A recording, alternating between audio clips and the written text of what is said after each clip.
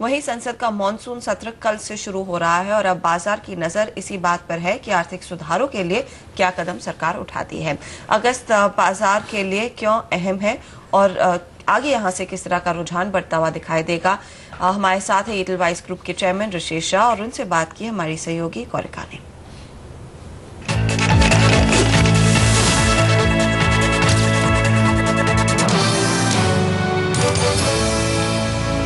CNBC आवाज पर आज हम बातचीत कर रहे हैं ऋषेश शाह से, जो कि चेयरमैन एंड CEO हैं एडलवाइस ग्रुप के। ऋषेश जी, कार्यक्रम में आपका स्वागत है। क्या उम्मीद रखते हैं, क्या किसी तरीके की अनाउंसमेंट्स आती दिखती हैं? एक्चुअली अगस्त अभी काफ़ी इंपॉर्टेंट हो गया है क्योंकि थोड़ी एक्सपेक्टेशंस तो आ गई है। I think after the prime minister spoke about animal spirits की बात की उन्होंने, अभी चिदम्बरम जी अभी फाइनेंस मिनिस्टर हो गए हैं, तो थोड़ी तो expectation on the policy front अभी आ गई है। ये शायद गार के इशू के ऊपर हो सकती है, डीजल प्राइस के ऊपर हो सकती है, इंश्योरेंस की FDI, ये जो काफ़ी फाइनेंस का ओरिएंटेड 5-6 पार्लियामेंट में अभी स्टैंडिंग कमेटी के पास जो पेंशन फंड के बिल है, इंश्योरेंस के बिल है, अगर वो क्लियर हो जाते हैं, बैंकिंग अमेंडमेंट एक्ट है वो क्लियर हो जाती है, तो ये काफ़ी लो हैंगिंग फ्रूट अभी भी है। तो अगस्त में अगर 3-4 चीज़ें भी हो जाती है तो इससे ऑप्टिमिज्म को थोड़ा और भी बूस्ट मिलेगा। अगर अगस्त में कुछ नहीं होता है और अगर स्टेटस कोई रहा तो आई थिंक थोड़ी डिसअपॉइंटमेंट होगी, इन्वेस्टर्स काफ़ी नाराज हो जाएंगे। एक और बात बताइए कि भारत में जो हाल फिलहाल हमने एक्टिविटी देखी, मारुति में जिस तरीके की पूरी लड़ाई झगड़ा चला और जो किस्से हुए, साथ ही साथ जिस तरीके के पावर आउटेजेस हमने देखे और आधा देश जो था वो बिजली के बगैर था, किस तरीके का एक माहौल बनता है या फिर एक छवि बनती है, कितना असर करती है जब कोई निवेशक अब विदेश से अपना पैसा यहाँ पर लाने की सोचता है, कितने बड़े मुद्दे ये बन जाते हैं? ये आई थिंक ये जो इंडिया की परसेप्शन है ये काफ़ी इससे हर्ट होती है। I think Maruti episode hopefully is one solitary example of that. अगर ये काफ़ी होने लगे तो आई थिंक इससे बहुत हर्ट हो जाएगी। तो अभी जो आइसोलेट इंसिडेंट हुए हैं पावर के ऊपर और मारुति के ऊपर, अगर इधर ही कंट्रोल हो जाते हैं तो आई थिंक थोड़ा परसेप्शन पे असर होगा, बट इससे कोई लॉन्ग टर्म डैमेज नहीं होगा। लेकिन ये इंसिडेंट अगर बहुत होने लगे, अगर I think every couple of months we have a power outage and every couple of months कुछ फैक्ट्री में ये मारामारी होती है, तो इससे तो फिर FDI फॉरेन इन्वेस्टर्स और ये फिर काफ़ी इकोनॉमिक डैमेज हो जाएगा। अभी जो परसेप्शन डैमेज है वो फिर इकोनॉमिक आई थिंक इश्यूज में ट्रांसलेट हो जाएगा। आपने साथ ही कहा कि अब सरकार से उम्मीद है कि शायद गार पर किसी तरीके की कार्यवाही हो।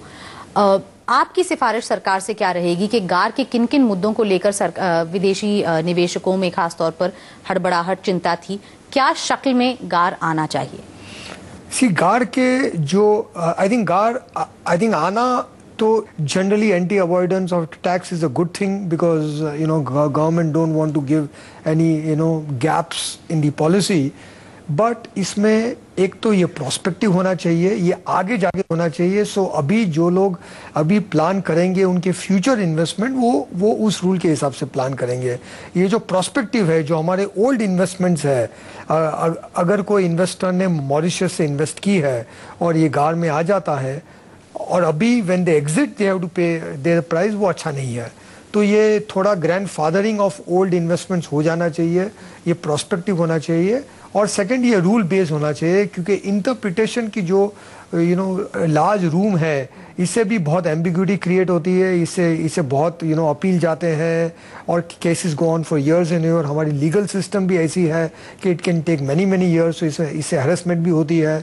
तो अगर रूल बेस्ड है, क्लैरिटी बेस्ड है और प्रोस्पेक्टिव है, अगर इसमें आती है तो I think it will be acceptable to everybody. साथ ही साथ ये समझना चाहेंगे कि GDP का जो आंकड़ा है RBI के 6.5% के अनुमान से आप सहमत हैं, या फिर आपको लगता है कि इन्फ्लेशन भी ज़्यादा बढ़ सकती है और आपके कोई और अनुमान है एडलवाइस में? आई थिंक हमारा ये एस्टिमेट है कि GDP 6.5 के आसपास हो सकती है और इन्फ्लेशन 7.5 के आसपास होएगा। सो इन्फ्लेशन GDP से ऑलमोस्ट 1% ऊपर रहेगा, वो अच्छा नहीं है क्योंकि अगर इन्फ्लेशन GDP के ऊपर है तो वो थोड़ी मैक्रो इकोनॉमिक प्रेशर, गवर्नमेंट के ऊपर प्रेशर, आपके फिस्कल डेफिसिट में, आरबीआई की लिक्विडिटी मैनेजमेंट पे, इंटरेस्ट रेट मैनेजमेंट पे, हर किसी पे प्रेशर आ सकता है। और कहीं पे भी अगर कोई ग्लोबल इवेंट हो गया, कुछ भी हो गया, तो इंडिया की सेंसिटिविटी बहुत हाई हो जाती है। लेकिन 6.5 GDP और 7.5 इन्फ्लेशन का एटलीस्ट हमारा एस्टिमेट है।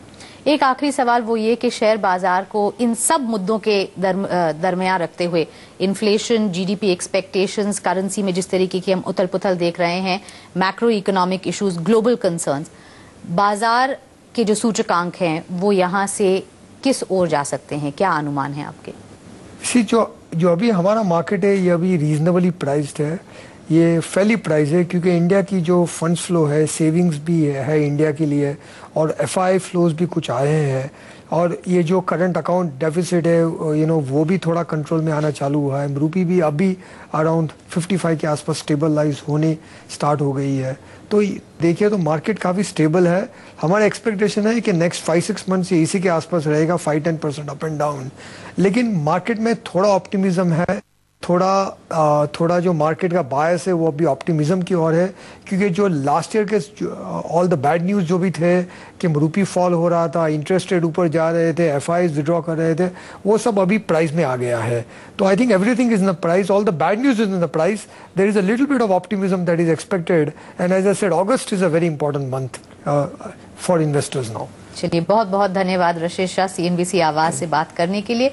उम्मीद करते हैं कि जैसा कि रशेष जी ने कहा, अगस्त एक बहुत इंपॉर्टेंट महीना है। उम्मीद करते हैं अच्छी खबर लाएगा शेयर बाजार की।